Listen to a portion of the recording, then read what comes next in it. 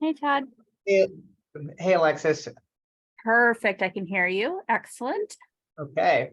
Yes, I have the settings set so people can't go ahead and unmute themselves. And then I think screen share. I think you should be able to screen share if you need to, and I'll make sure everyone on your end can as well. So I'm actually not planning to screen share. I think Daniel said he was going to do the slides. Oh, okay. Okay.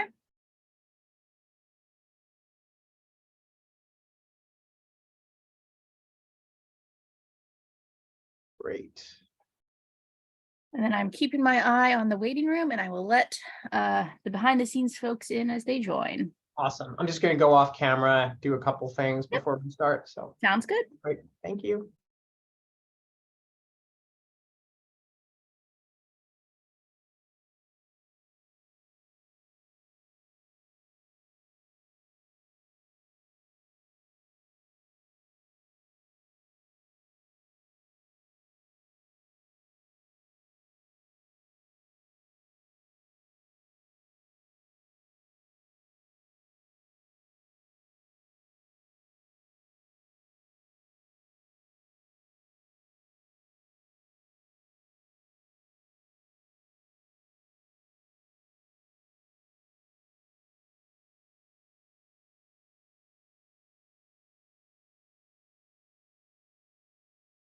After the hour, so there we go. Good morning. My name is Daniel York. We're going to go ahead and get started. I'm with GSA's Office of Government-Wide Policy. As you just heard, the session is going to be recorded for note-taking purposes, although we will work with OSTP and GSA comms to try to get the recording and or the notes posted to the public in a meaningful way. Still working on some of the logistics on how to go about doing that. So as you can probably already tell, everyone here is currently muted. At the end of the session, we are going to have a Q&A period where folks will raise their hand and we can unmute you from there. In the meantime, if you do have questions throughout the event, you can feel free to post them in the chat, and we can either respond directly or ask the question to our OMB colleagues. Unfortunately, because of White House rules and technical stuff, they're unable to actually view the chat directly, so we'll have to relay that for them.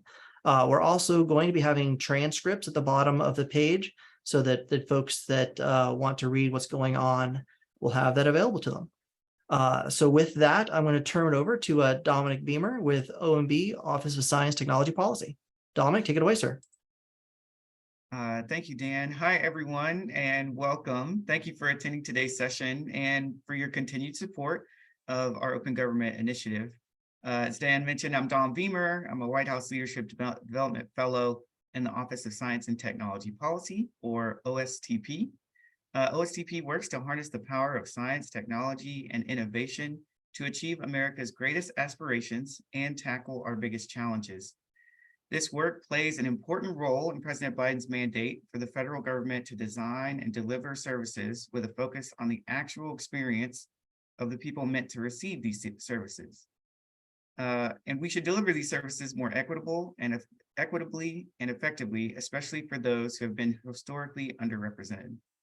The president has been clear that strengthening the democratic process requires providing direct lines of feedback and mechanisms for engaging the American people in the design and improvement of federal government programs, processes, and services. These priorities are what we'll be talking about today. Specifically, progress toward the 5 commitments to transform government service delivery. With that, I want to turn it back over to Dan York, the Director of IT Data Transparency at GSA's Office of Government-Wide Policy, to talk about the implementation and tracking of the open government commitments, go over the agenda for today, and introduce our speakers. Dan, I'll pass it back to you. Good morning again. My name again is Daniel York. I'm with GSA's Office of Government-Wide Policy. GSA has been working to institutionalize long-term support for the open government work. We'll be providing more details on how this is going to work later in the summer. But now that we have an increased budget, we also have increased staff through the FY23 budget appropriation process. We can really build up this program and provide the public with increased transparency into our activities. This builds on GSA's existing role in supporting the executive councils and other work we do with the White House and the government-wide efforts. GSA's Office of Government-Wide Policy, also OGP, not to be confused with the Open Government Partnership, provides forward-thinking policy, guidance, and best practices on federal property, technology, mission support operations, and sustainable solutions to current and future government, to solutions for the current and future government. Representatives from OMB and GSA will provide updates today on various commitments. After the presentations, there will be some time for feedback and answering questions from the chat. I also mentioned at the end, you could raise your hand and we can unmute you from there. Today's session will be the first of a number of planned engagement sessions over the next few months dedicated to reporting progress towards implementation of the various National Action Plan commitments outlined in the Fifth National Action Plan. These sessions will offer the opportunity for civil society, stakeholders, and the public to provide feedback, ask questions regarding the challenges and opportunities related to those implementations. Some of you provided key input during the co-creation process of the Fifth National Action Plan, which is great. Thank you for that. This released this past December. For those of you that are perhaps newer to the process, the Fifth National Action Plan lays out 5 general themes. The first theme is improving access to government data, research, and information. The next is to increase civic space and engage the public that this supports at the moment. The third would be transform government service delivery. The fourth be counter corruption and ensuring government integrity and accountability to the public. And the fifth, lastly, certainly not least, but last, to ensure equal and equitable justice under the law. Before we actually jump into today's sessions, I did just want to reiterate that the session is being recorded. Folks should be seeing the live transcripts at the bottom. If not, please let us know in the chat and we can go from there. Though some of you did submit questions in advance, which we really appreciate, we're able to build those into the presentations and ask, make sure we address your questions. If you don't see them, please ask them again in the chat or at the end, raise your hand. We'll endeavor to answer all the remaining questions in the chat through email or in the notes itself, if and when we get those posted. So we continue the discussion beyond today's session. I believe most of you received the invite for this through the Open Government Secretariat at GSA email address. My staff, I'm sure, could post that in the chat for you. If you do have questions that come up or you don't want to ask during the meeting itself, feel free to email that mailbox so that several of us at here at GSA can coordinate the answers and get back to you. If you have comments on the process itself, areas or ideas for implementation or tracking of progress for the National Action Plans, either the current one or future, we are hosting a session specifically on implementation of like how to display the National Action Plan, how to display progress. We have a separate session on that scheduled for July 7th from 2 to 3 Eastern time. There'll be a little bit more at that at the end, I believe, as well. And with that, I'm going to jump right into today's speakers. So we have Todd Rubin with the Customer Experience Desk Officer with the Office of Management of Budget. Shabia Dalal, with the Senior Equity Fellow with Office of Management and Budget. Phil Ashlock, the Director of Data and Analytics with GSA's Technology Transformation Service. And Alex Ratel Fernandez, Senior Equity Fellow, Office of Information and Regulatory Affairs, Office of Management and Budget. And so with that, let me start to present my screen. Something like that. I'll go into. There we go. All right, I think folks can see my screen now, and I'll hand it over to our colleagues. Thank you so much, GSA team. So we're excited to present on the 5 commitments today. And we'll start off on that next slide, Dan, where we have a quote from President Biden from 2021. So in his first address to Congress, President Biden shared the statement that you see on our screen. We have to prove democracy still works, that our government still works and can deliver for our people. It's absolutely critical that government continues to deliver for the American public. The U.S. government interacts with literally millions of Americans every day and does so at the most critical moments of their lives. And so in this respect, the U.S. government is arguably the world's most complex service delivery organization. Next slide, please. In too many of these interactions, however, Americans are faced with navigating a tangled web of government services, offices, acronyms, and phone numbers that stand between them and the services they depend on. President Biden said it best in the signing of the executive order, in which he said, you shouldn't have to know how to know just to be able to get what you need from the government. That's exactly what we're trying to fix. And we have a clear vision for the future of government service delivery. Next slide. And that vision is that every interaction should be simple, seamless, and secure. Every interaction should be on par with experiences everywhere, including the private sector.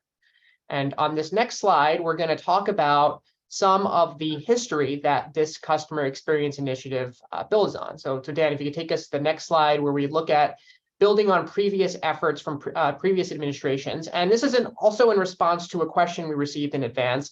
What do you think are the most important lessons learned from the service transformation efforts of previous administrations? So really, since the first Bush administration, there has always been an initiative focused on the customer in some respect. What I would emphasize, though, is that recently there has been a switch in focus from service to experience. We are focused on customer experience, and it's an important difference. So customer service focuses on a specific interaction with an individual to resolve a specific issue. We're going beyond that. Customer experience is the entire relationship with a service. It's the end-to-end experience, and it embodies the concept of keeping the experience of the individual at the heart of all parts of our work. And it's with that mandate that I want to transition to talking about the first commitment. Next slide, please. Commitment 1 is about implementing the executive order as a mechanism to do just that. And I'll briefly talk through the components of the executive order that enable us to do this work successfully. Next slide. At a high level, executive orders are really useful to clarify definitions, require the government to take action, and so on. And so our executive order on customer experience has 4 substantive sections. Section 4 identifies near-term commitments from agencies, specific projects that deliver wins for the American public. And so we have some quick wins already. For example, the Farm Loans Program's direct loan application went from 10 forms to 1. As Alex will tell you about, this is part of a broader initiative to simplify forms in government. You may have seen the press about that earlier this week. It's a huge win and very much part of this executive order. Section 5 of the EO serves to establish this longer-term framework for management of government services in a new way called life experiences. And this is an entirely new model, which I'll elaborate on in a bit. Then we have Section 6, which essentially codifies much of what had already been communicated to agencies in guidance about a long-term accountability framework for what we call high-impact service providers. Again, I promise I will define that term in a bit. This is just for a high level of the executive order. And finally, Section 7 weaves customer experience principles into other important functions of government. So customer experience principles went into other executive orders, legislative requirements, ARP guidance. So those are the main sections of the executive order. Next slide. And so I promised I'd talk a bit about those life experiences. So as I mentioned, this is a new framework that puts individuals at the center, organizing principle for how agencies ought to work together. This slide shows 5 life experiences that represent critical moments in people's lives where we're working to make things easier, such as recovering from a natural disaster, having a child if you're a low-income person, as well as transitioning to civilian life, approaching retirement, and facing a financial shock. These are all experiences that millions upon millions of Americans can relate to. And while identifying moments to focus on is important, I want to talk through a little bit about the process it took to bring together multiple agencies to collaborate around these experiences for the first time in this way. Next slide. Okay, so there are many accountability measures and governance structures that have been critical for the success of these life experiences projects. I want to highlight here the charter as an example of that public accountability. These public charters have served a critical purpose for enabling a large and diverse group of stakeholders across multiple agencies to establish a shared vision for success, and they've made that vision public. So this helps hold people accountable for the work and builds rapport for ongoing collaboration. Next slide. Public accountability has been an extremely important part of this new model. And one of the biggest milestones of this life experiences work is that we were able to share all of our discovery work, such as journey maps and customer profiles, direct quotes, publicly. This was a huge moment because never before from the voice of OMB and the White House have we shared such in-depth content of direct customer pain points. This was really about us speaking with real people to learn what problems they experience during these critical moments of their lives and where we as a government need to do better. And this was really meaningful as well because getting our organizations comfortable with releasing this type of authentic discovery work, even when there wasn't a solution immediately readily available, was really new and difficult. Next slide. So we've moved into different phases of implementation, and most recently, milestones, deliverables, and pilot measures for these life experiences are included on our website, performance.gov. Encourage you all to check it out. Next slide, please. So commitment 2 is about improving the service delivery of those high-impact service providers that I mentioned earlier. Next slide. So we received a question in advance: when will the government begin tracking service delivery? So I'll get to that question. First, some context.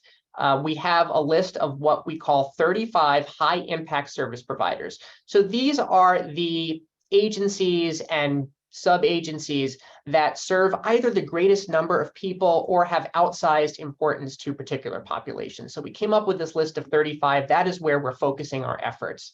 Next slide.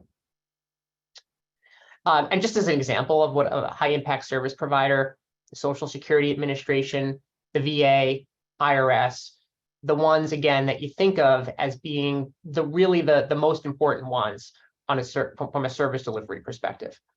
And we treat our accomplishments of high-impact service providers similarly to how I talked about life experiences. We publish public and transparent updates about the progress they are making. Next slide. So there are a couple of important milestones and deliverables that high-impact service providers have to meet. We lay that out in our guidance document. I encourage you to check out OMB. It's called OMB Circular A11, Section 280. I'm sure we can provide a link to you all afterwards so you can check out what those specific deliverables are. The point is to assure an ongoing accountability framework to make sure that the high-impact service providers are meeting their mandates to serve the American people effectively. Next slide. So to get directly to that question that we heard about, which was, are we tracking performance? The answer is yes. And so we have this important exercise where every single high impact service provider is supposed to develop a survey where they measure trust in government. The point is, every interaction between the American public and federal agency is an opportunity to build trust. We want to make sure that trust is being built. So every single high impact service provider needs to develop a survey and disseminate that survey so that they can measure how well they are doing in building public trust. We're also, next slide, please. We are sharing that data on our website, performance.gov. We'll provide a link to that afterwards as well. We've noted progress. Historically, the government has lagged behind the private sector in customer experience. We know that, but we're making progress slowly but surely. We have some signs of encouraging signs the last couple of years. We've seen an upward trend in satisfaction between 2022 and 23 for some of our largest service providers in government. So we have a lot of work cut out for us for sure, but we are making progress. And if you just turn to the next slide, which I think will be the last, or one more after this, we want to make it as easy as possible to collect good data from the public, to get high quality data. And that is the work that we are continuing to do. And with that, I want to hand it over to Shaibia now, who's going to talk about commitment for the equity action plans. Thank you, Todd. We could go to the next slide. So President Biden's Day 1 Executive Order 13985 directed the federal government to advance an unprecedented and ambitious whole of government equity agenda. And as part of this order, federal agencies were called upon to develop and implement equity action plans that advance racial equity and support for underserved communities through the federal government. Over 90 agencies, including every cabinet agency, are implementing equity action plans that represent specific agency commitments to reduce inequities and to promote equitable outcomes in communities. These plans were made public to promote transparency and accountability for their commitments. And since the release of these plans last year, OMB and other components of the White House have continued to support agencies with implementation. So where are we today? And I'm going to tell you with the slide in front of you. I sadly don't have the time to update you on the exciting work that's happening at all 92 of the agencies that submitted equity action plans, but I invite you to visit whitehouse.gov/equity to read more about accomplishments that agencies have made since. I did want to give you just a sampling of how agencies are delivering on their equity mandates by advancing economic justice, community investment, health equity, and more. So as one example, the Department of Transportation launched the Interagency Thriving Communities Network, which provides technical assistance and capacity building resources for infrastructure projects to urban, rural, and tribal communities that have experienced a history of economic distress and systemic disinvestment. The General Services Administration established dedicated contracting pools for historically underutilized business zones, women-owned small businesses, and service-disabled veteran-owned small businesses to support their participation in the rapidly growing federal marketplace for IT services. The Department of Justice awarded almost $57 million to advance racial equity in the criminal justice system. This will support efforts at multiple levels of government to establish more effective and equitable criminal justice policies and practices, which include strategies to reform pretrial processes and address wrongful convictions. Meanwhile, the Department of Defense is taking both immediate and long-term actions to help strengthen the economic security and stability of service members and their families. And this includes actions to help military families secure affordable basic needs, improve access to quality, affordable childcare, and enhance employment opportunities for military spouses. The Department of Housing and Urban Development launched a new housing counseling tool that provides customer service in over 200 languages. This helps ensure that those with limited English proficiency are able to meaningfully access housing counseling programs and services, something that's key to reducing barriers and promoting fair housing. And then the last example, the Department of Health and Human Services. They've approved 35 states and DC to extend continuous postpartum coverage through Medicaid and the Children's Health Insurance Program as part of their efforts to eliminate pregnancy-related health disparities and improve health outcomes for parents and infants across our country.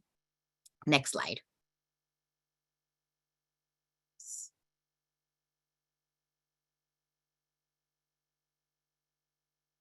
So advancing equity work, including some of the commitments in agency equity action plans, can also require funding, and a few submitted questions on how this work is reflected in the budget. Every year when we release the budget, we also release fact sheets on how the president's budget improves customer experience and service delivery, the things that Todd just talked about, and also how the budget advances equity. You can visit whitehouse.gov/OMB to check out the full fact sheet from March, but here are just a few highlights from the historic equity investments made in the president's budget for fiscal year 24. So the budget expands workforce training and career-connected learning that provide pathways to good jobs. This means funding to expand free community college, free tuition for in-demand job training programs, and then also apprenticeships for pathways to careers in high-demand industries like construction, clean energy, and semiconductor manufacturing. The budget also supports economic opportunity in rural and tribal communities. So as one example, it includes resources to expand the Rural Partners Network, which is an all-of-government program that works with rural and tribal communities and helps them get resources and funding to create local jobs, build infrastructure, and support their long-term economic stability. The budget also advances environmental justice by providing funding for efforts to upgrade drinking water and wastewater infrastructure nationwide, with a focus on decreasing health disparities in communities that have historically been overlooked. The budget also provides resources to strengthen federal civil rights enforcement. This means things like police reform, the prosecution of hate crimes, and the enforcement of voting rights. And the budget seeks to prevent evictions by investing in funding that will reform state and local eviction policies and enhance access to legal counsel and various forms of rent relief. So there's a lot that's happened since the equity action plans came out, but we know that many communities still face unacceptable barriers to realizing the full promise of America. And you may be wondering what's next. And I will tell you with the next slide. So advancing Equity work, the president has always said, is not a one-year project. It's a generational commitment that will require sustained leadership and partnership with all communities. And to strengthen the federal government's equity mandate, President Biden signed a second executive order on equity in February of this year. It builds on the first executive order and strengthens the federal government's ability to address the barriers that underserved communities continue to face and help us shape a nation in which all can participate, prosper, and reach their full potential. Next slide. So the new Executive Order 14091 does several different things. First, it directs agencies to produce an annual public equity action plan, which is submitted with the agency's annual budget submission in September of each year to the White House. It also requires agencies to build and resource agency equity teams and to designate senior leaders accountable for implementing this work. The executive order requires agencies to improve the quality, frequency, and accessibility of their community engagement and to consult with impacted communities in agency decision-making. So not just in the development of the equity action plans each year, but also when it comes to things like funding opportunities and rulemaking. The executive order formalizes equity goals around procurement, which we know is a tremendous vehicle to addressing economic injustice, and it directs agencies to advance equitable rural and urban development. It also elevates a focus on civil rights, which includes addressing emerging threats like algorithmic discrimination and bias. The executive order directs the Subcommittee on Equitable Data, formerly known as the Equitable Data Working Group, to continue to improve data equity and regularly report on progress to both the White House and the public. And lastly, it directs the White House Office of Management and Budget to support agencies' equity action plans and invest in underserved communities each year through the formulation of the president's budget, something that we've been doing already, as I previewed in my earlier budget slide, but this really puts it out there explicitly. There's a lot more to come on this work as we continue to deliver on our equity commitments, but I'm going to pause there and turn it over to my GSA colleague, Phil, to talk about a creative form of public engagement that the General Services Administration is pursuing. Thank you, Shavia. Next slide. Yeah, one more. So hi, I'm Phil Ashlock from GSA, and here to provide a little bit of an introduction to this commitment. Since it is relatively short and for accessibility purposes, I'll just go ahead and read it off to help sort of start this section. So this commitment is to pilot, really to experiment with new forms of public engagement to inform policy and program implementation within the sort of theme of the service delivery thematic area of this National Action Plan. So, stories of possibility can provide opportunities to express emerging challenges and opportunities through creative and engaging narrative. At their best, stories can inform our collective imagination and create inclusive space for meaningful conversations, and then drive action to choose new possibilities. The GSA will work with civil society and experts in scenario planning and speculative fiction to develop a challenge and prize competition that will engage diverse and inclusive public participation to better define and imagine emerging challenges, opportunities, and possibilities for our shared future. So just to get a little bit back into the kind of impetus or the genesis of this, partly this idea kind of came through thinking about the co-creation process of the National Action Plan itself, to sort of explore more kind of non-traditional creative ways to solicit ideas and sort of plan for the future, and think sort of creatively about both how government can sort of look at challenges and opportunities, but also to sort of think through new ways to engage the public and civil society in helping to sort of surface those. It uses the term speculative fiction and scenario planning. There are a number of other terminologies that sort of refer to similar things, whether it's forecasting or insight sort of efforts. And in the context of service delivery, this fits along with a lot of the methodologies people may be familiar with around user-centered design and journey mapping. So this is really kind of meant to be an even broader, more creative way to think through that through the form of short stories. But this really is a pilot, it's an experiment. And so we're just in many ways still getting started and sort of helping to design and develop this as a challenge, working with partners like challenge.gov, who does a number of other types of challenges in other areas. And so I won't be getting into a ton of detail about the sort of plan for this commitment. We are in the process of finalizing date for a public engagement session in the next month or so, likely in August. We have not quite finalized the date, where we'll be getting into more detail about the proposal for the shape and design of this challenge, working with a number of experts and stakeholders in this space, both within government and from other institutions. And then if you go to the next slide, we've kind of created a tentative timeline for this process. So we'll be posting a date for this engagement, the first engagement session focused on this, which will likely be in early August. And then that the rest of the timeline around this is subject to change, partly based on the sort of input we receive there.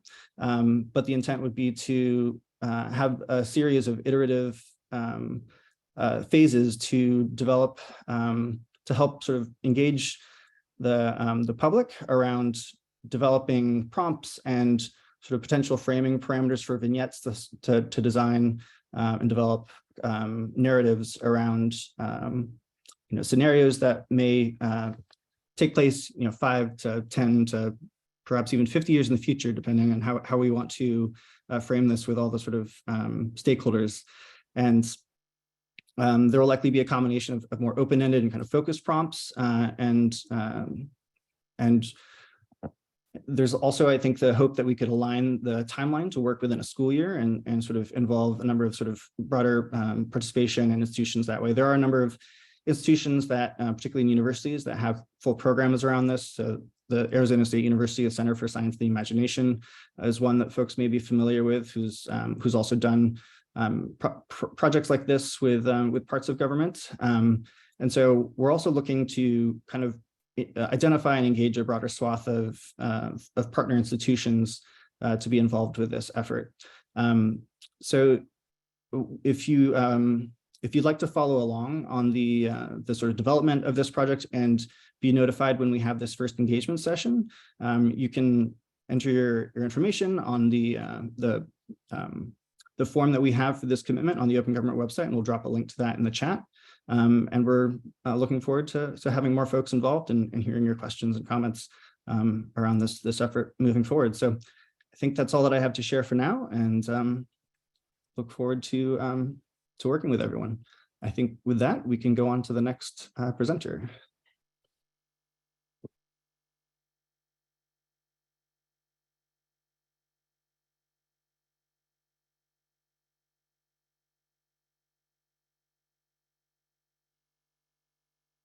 I think Dom, I was going to ask Dom who we have presenting commitment 3.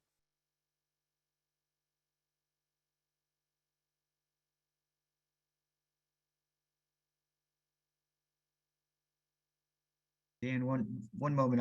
I'm having a technical issue over here. One sec. Yes, sir.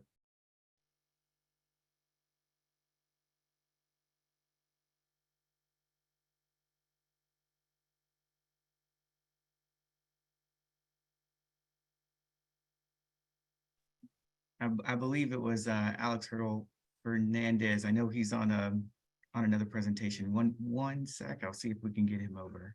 Certainly. Perhaps we could take a moment then while we're waiting for Alex for folks to have questions as related to what's been discussed so far. If you have any questions, either in the chat or if you want to come off mute, perhaps we can take a couple of those questions now.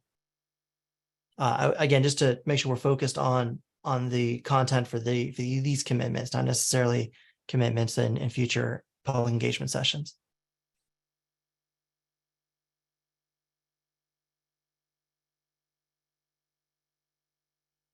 Looks like I have one person with their hand raised. Alexis, can you handle that piece?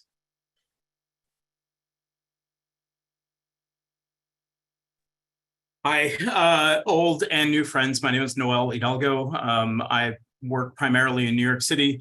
I'm interested in understanding what the federal government's relationship to local practices in local municipal governments when it comes down to the more or less the data and the speculative fiction work. Just trying to understand like how you'd be working with local municipal governments and then also non-government actors like nonprofit organizations like Beta NYC. Thank you. Thanks for the question, Noel. I guess just in the context of the commitment that I was just discussing, at the moment, we don't have a specific sort of partnership established to do that in an explicit way, but I think we could discuss opportunities to do that. I think the possibility of how this particular commitment could shape up in terms of the different institutional partners or similar efforts at the state and local level, I think it's possible that it could take the shape of sort of being aligned in parallel, but somewhat technically separate if there's an opportunity to have sort of a parallel type of effort that may be focused more specifically on the local level. But I think that's something I'd be happy to discuss with you and organizations like those you mentioned as we develop this. But really, this is meant to be an experiment and a pilot. So I think this is also something that we can learn from, and if everyone finds it successful, I'll sort of iterate from there moving forward. Before we go to the next question, Dom, is Alex back on? Or maybe Joel can come up and let us know when he is. Yeah. Hi, Dan. Hi, Dan. It's yeah, it looks like Alex is back on, maybe just under a different name. I think you might have to use a different link, but Alex, just checking in. Is your audio working? Of course, if it didn't, it'd be hard for him to answer. Yes, I just had to accept the unmute and on and ready to go. Great. I'm sorry. We'll take the remaining hands. Just keep them up if you don't mind, and we'll get to them at the end of the presentation. For now, Alex, take it away. Great, thanks so much, and really appreciate everyone coming out virtually this morning to hear about the administration's work on improving the ways that people interact with government. So I wanted to talk through one of the commitments that we describe in the Open Government National Action Plan related to administrative burden reduction. So if we go on to the next slide, I'll share a little bit more about what I mean by administrative burden. So we know that in many social programs across our government, whether it's health insurance for low-income families, food assistance, or housing assistance, many eligible individuals aren't receiving these benefits. In some cases, as many as half of potentially eligible individuals are not receiving the benefits and services to which they are entitled. We also know from research that one important reason why are administrative burdens. Those are things like the time it takes to fill out a government form, to assemble necessary documentation, or to make multiple trips to a government office in order to establish that you are eligible and then go through the application process. Together, these are known as administrative burdens, and they also impose a substantial cost on people who do make it through the application process. It's a substantial time cost, it's a substantial financial cost in terms of lost wages, and in terms of the cost of assembling necessary documentation, paying for childcare, and it also imposes a substantial psychological cost, stress, anxiety, and even stigmatization as individuals run through these different hoops to access benefits to which they are entitled. The Office of Information and Regulatory Affairs in the Office of Management and Budget has committed to addressing these burdens through our role reviewing regulations and reviewing government forms. I'll talk more in a moment about the history of this initiative, which was launched last year, but I first wanted to say that earlier this week on Monday, we published a new report called Tackling the Time Tax that summarizes our progress in implementing this initiative across a range of government programs. And so we're really excited to be getting out the word about how this initiative is going and encourage you all to check out that report, which is available on the OMB OIRA White House page. And also if you Google Tackling the Time Tax as well, that'll come up. So if we go to the next slide, I wanted to just give a brief history of where this initiative came from and how it was launched. It was launched last year in April with the release of government-wide policy guidance, which, as I mentioned, builds on our role reviewing government forms under the Paperwork Reduction Act. And this guidance document, M2210, for those of you who know your OMB memorandum numbers, really calls on agencies to do two things. First, to do a more comprehensive job of assessing burdens when they are revising or creating government forms. And so this means not just taking into account the length of time it takes for an individual to complete a form, but also taking into account the beginning to end experience of filling out that form, including, for instance, the time it takes to assemble necessary documentation, to make trips to a government office, and even the psychological burden, like the stress and anxiety that individuals might experience at different steps in that process. So that's the first thing we're asking agencies to do when they submit their forms to us and as part of the process of reviewing paperwork. The second is to systematically reduce burdens through changes to forms or regulations or other process steps. And this guidance document, as well as another memo that we put out in December last year, provide a number of strategies that agencies can use to address administrative burden. Next slide, please.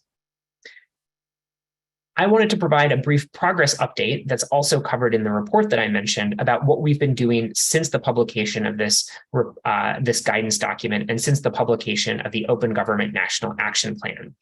The first thing we've been doing is incorporating this burden reduction focus into the regular review that we do of regulations and forms, and supporting our staff who are engaged in this work through internal training and resources, and collaborating very closely with the folks you heard earlier on this call who are involved in customer experience work. We've also been working to support agencies in implementing this initiative. For instance, as I mentioned, we published a list of evidence-backed strategies that agencies can use to implement burden reduction, whether that's using plain language to change the way forms are designed, or conducting consultations with members of the public to understand key pain points or burden points. We've also been convening a regular working group of agencies to discuss their experiences implementing this work. And last, we're holding agencies accountable through the Paperwork Reduction Act's information collection budget. So earlier this year, we issued a data call to agencies. That's a formal request for agencies to respond to us, asking them how they're completing implementation of this guidance and outlining their most significant burden reduction activities to us. And this data call really underpins the report that I mentioned that was released on Monday that we encourage you to check out. And we describe and summarize in that report over 100 initiatives from 20 agencies that have committed to burden reduction activities. Those include experiences as varied as filling out a form to apply for a farm loan from the U.S. Department of Agriculture, to trying to access debt discharge if you are a disabled borrower from the Department of Education. So there are a variety of success stories. And I think crucially, we talk about not just the impact it has on the public, but how the agency implemented that burden reduction. For instance, talking about specific steps agencies are taking to consult the public, to change regulations, or to pull together research on best practices. So if you go to the next slide, please. I wanted to end by talking about some of the key strategies that we've surfaced from agencies through this data call and that are summarized in the report that we encourage you all to read that came out earlier this week. I won't go through them all, but I'll say that some of the most successful strategies we saw from agencies included automatically making individuals or families eligible for one program based on individual or family's eligibility for a related program. That's a strategy that the Department of Health and Human Services, for instance, took in making recipients of food assistance eligible for Head Start, for instance, and simplifying the process of those families qualifying for Head Start. Another important step is using plain language. The Department of Labor is undertaking a number of efforts to encourage states to adopt plain language in unemployment insurance forms, which often can include technical and highly complex language that can be difficult to understand. A third strategy that I wanted to lift up is partnerships with community-based organizations that have trusted relationships with members of the public. And I think another nice example of this comes from the Department of Labor that is creating partnerships between the Department of Labor, state UI or unemployment insurance agencies, and worker organizations or community groups to help get out the word about how to apply for unemployment insurance and provide assistance to individuals as they are completing those forms. So there are a variety of strategies, including those three, that I encourage you to check out in the report, as well as these case studies I mentioned from agencies such as DOL, the Department of Labor, the Department of Agriculture, Social Security Administration, Department of Education, Housing and Urban Development, and the Department of Homeland Security, among others. We're very excited, as you can tell, about this burden reduction work, and as highlighted in the National Action Open Government Plan, are going to be continuing to implement that through our work with the agencies, through the tools and resources that we're creating, and through accountability mechanisms like the data call to make sure that agencies are implementing this guidance and that we can report publicly on that kind of progress. So I'll stop there and turn things back over to Daniel and Dom. Great. So I think that's the end of the assigned presentation. Dom, did you want to go through the appendix? No, I think that's in the presentation, and I think it'd be prudent to start Q&A with the time we have left. Wonderful. So we're I just look to my team. Are there any direct questions for this in the chat that you could read aloud? If not, we'll go to hands that were previously raised.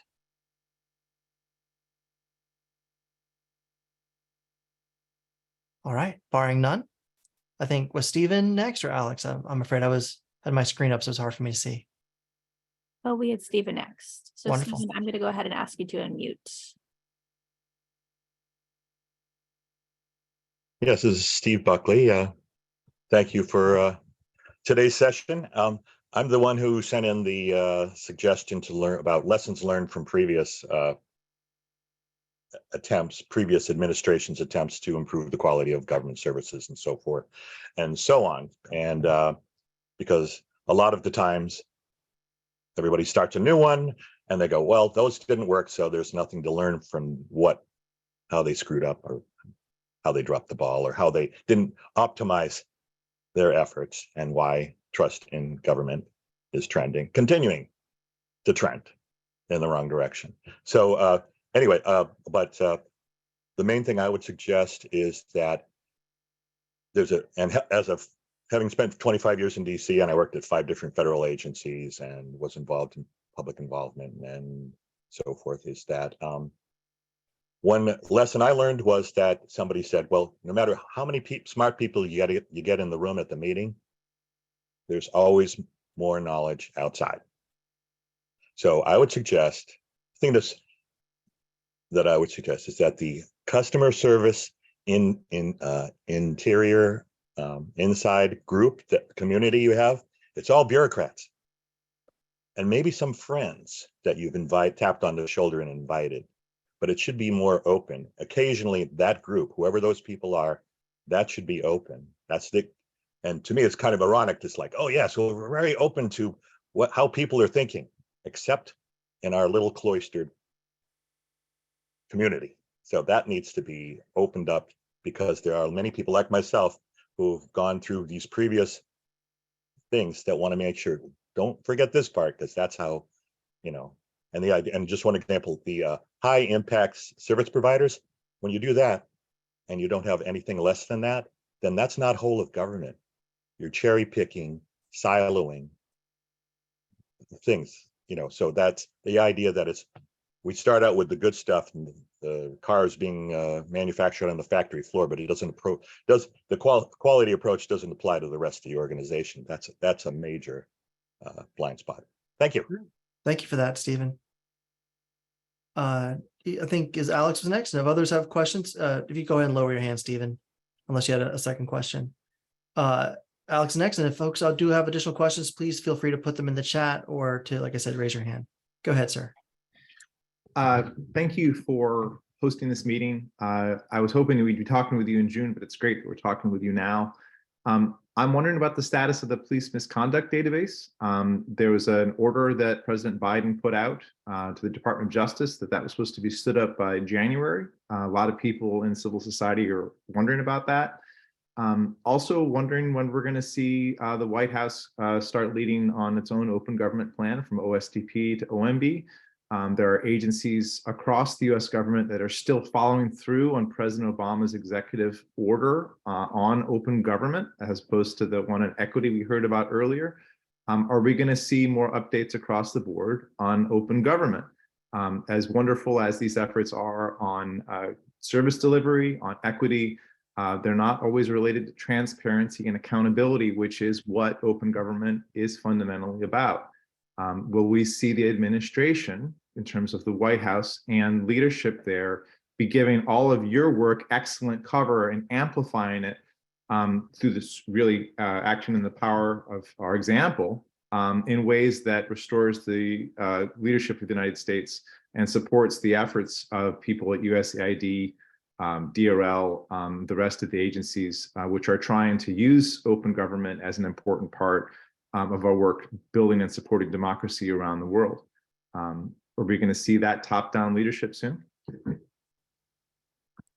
I might let our OMB White House folks answer some of that, but I do know, at least from the GSA perspective, we are absolutely ramping up efforts to do exactly that, making data more transparent, making the tracking more transparent, getting having increasing number of public engagement sessions as this one, and you see the other one scheduled and still more to come. As to your specific questions about White House leadership, I might turn it over to, I don't know who, Dom, perhaps?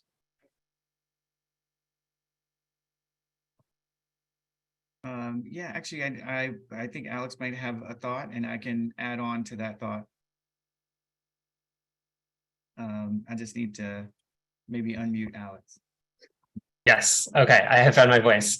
Well, thanks, Stephen and Alex, for those great questions and for your continued engagement in this process. Let me start with Stephen's, because I think that's an area where I can speak most directly and responsively. And the first thing to say is, Stephen, I think your point is really well taken about the need for public engagement, community engagement throughout the process of undertaking the CX work, the burden reduction work that we've been talking about. And, we at OIRA, for instance, in that guidance we sent out to agencies, highlighted really prominently that burden reduction needs to start with consultations with affected communities to understand where burdens are coming from, and then throughout the process ensuring that the folks who are either eligible and receiving or eligible and not receiving benefits are part of the process of designing and testing potential solutions to that. And that's been one of the things that we've lifted up, including in the report that I encourage you to check out from Monday. We talk about how most of the successful reductions in burden described by the agencies in the report were driven by that kind of engagement.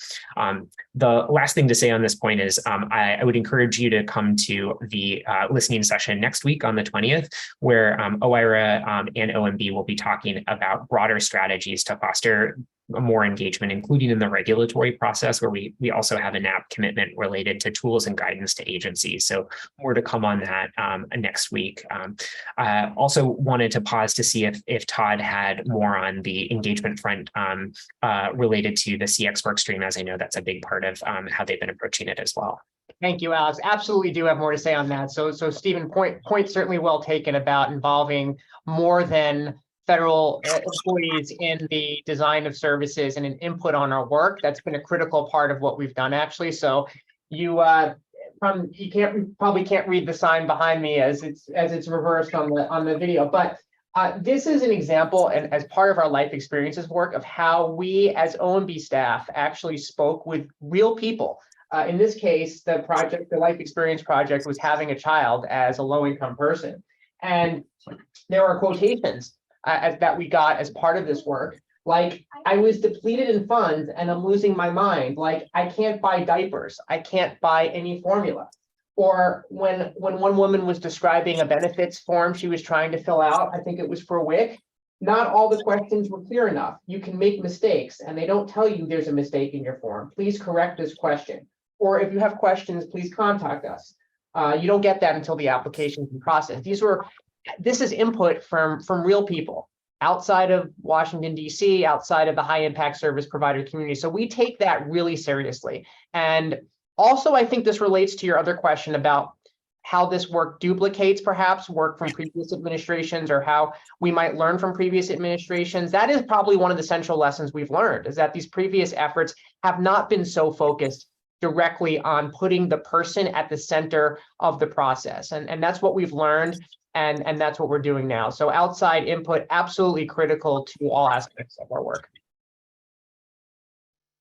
Thank you, Todd. And Alex Howard, just briefly, I know today we're really focusing on transforming service delivery as a subject matter. We are getting a session on the books in September that focuses on the commitments around that police misconduct database. So I'd say stay tuned on our website for that event. And then also, I really encourage you to attend our session on how we'll track implementation of the commitments, because as you know, that database is one of the commitments that we will be tracking. So your input to how we do that would be helpful in making sure the information that you're looking for is something that we can provide.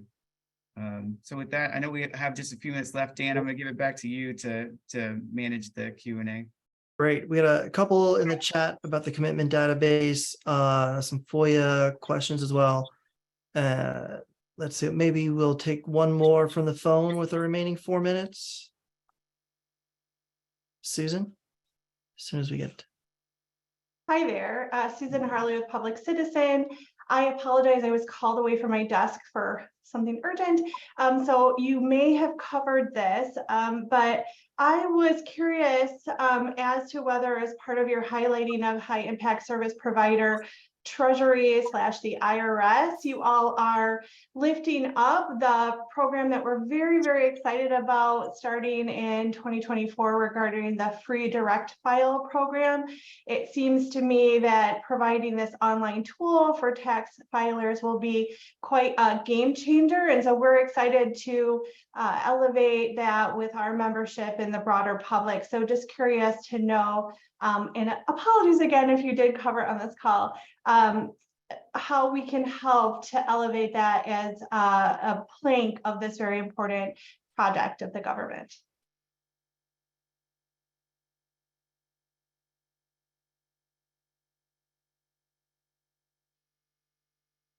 Yeah, thank you, Susan. So absolutely, that is an example of a high impact service provider making it easy for citizens to fulfill a critical function, filing their taxes, which I don't have to tell anyone on this call is not a process that anybody looks forward to.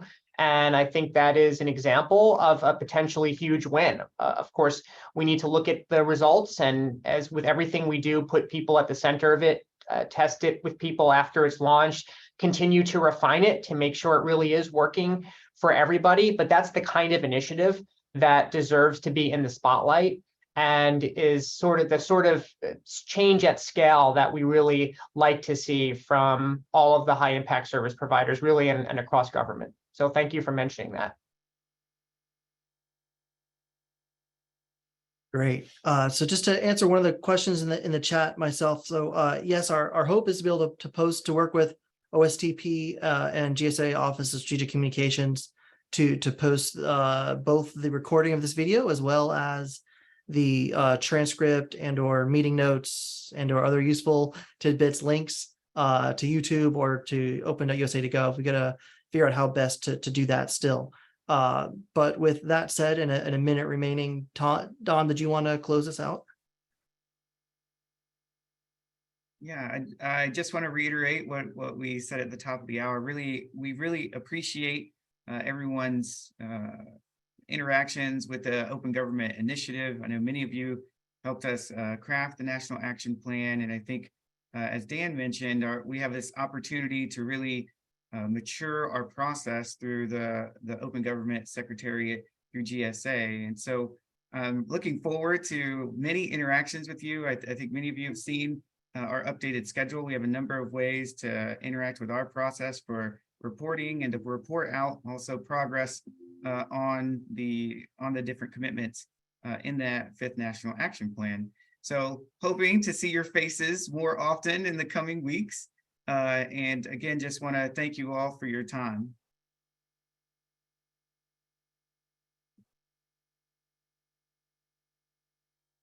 Great. And with that, we are at the noon hour here on the East Coast. Thank you so much for everyone's time today. We really appreciate everyone's feedback, thoughts, the questions in the chat. I did post a link to our email address as well if you didn't get a chance to ask the question you wanted. Thank you everyone very much, and we look forward to seeing you at the next session. Thank you all. Thanks. Bye, guys.